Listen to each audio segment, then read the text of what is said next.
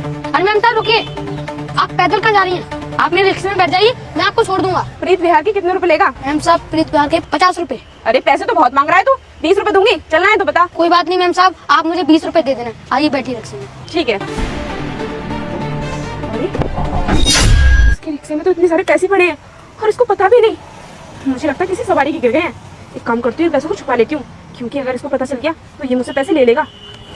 और एक काम करती हूँ, इसके रिक्शे में बैठकर नहीं जाती हूँ, क्योंकि अगर जिसके पैसे गिरे होंगे वो तो इसके रिक्शे को बचा लेगा, फिर ये पैसे भी मेरे हाथ से चले जाएंगे। इसलिए मैं तो पैदल ही चली जाती हूँ, कंपनी ज्यादा दूर भी नहीं है।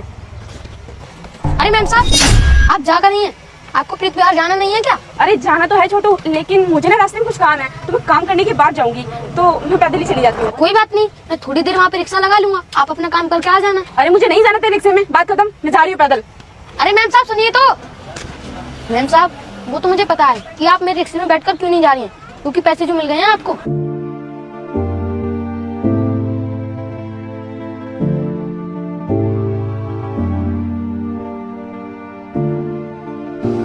अरे रोकिए साहब, आप पैदल क्यों जा रहे हैं? आप मेरे रिक्शे में बैठ जाइए, मैं आपको छोड़ दूंगा। अरे मुझे ज्यादा दूर नहीं जाना है, बस पास ही में जाना है, मैं पैदल चला जाऊंगा। अरे कोई बात नहीं साहब, मैं आपको छोड़ दूंगा। चल ठीक है, अगर तू इतना बोल ही रहा है तो मैं तेरे रिक्शे से ही चलता हूँ, लेकिन ध्यान रखना मैं तुझे सिर्फ 10 रुपए ही दूंगा। ठीक है साहब।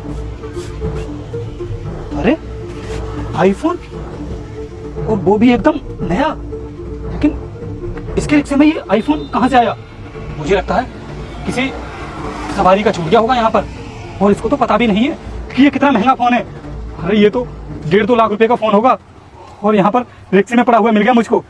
एक काम करता हूँ, इसको ना मैं छिपा लेता हूँ, क्योंकि अगर इसने देख लिया तो शायद ये मुझसे छीन लेगा। हाँ ऐसा ही करता हूँ मैं।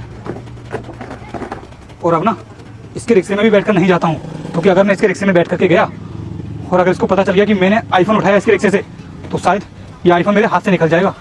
एक काम करता हूँ, यहाँ से ना पैदल ही चला जाता हूँ, वैसे भी ज़्यादा दूर की बात नहीं है।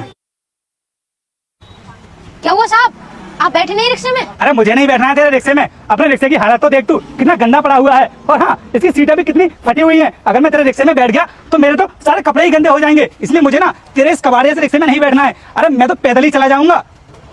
अरे साहब साहब मैं साफ कर दूंगा। जाइए जाइए साहब, आप भी जाइए।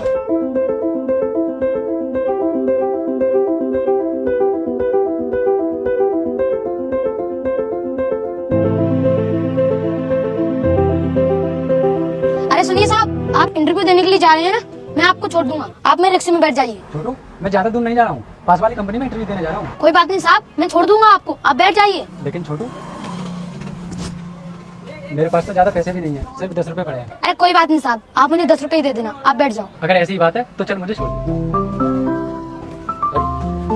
इस छोटू के रिक्शे में नया फोन किसका पड़ा है? एक काम करता हूँ, इस छोटू से पूछ लेता हूँ।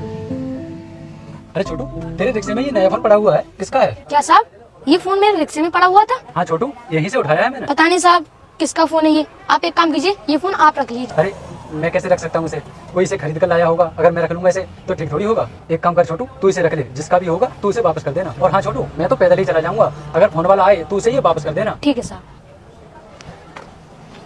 इसका मतलब इस दुनिया में कुछ अच्छे लोग भी हैं।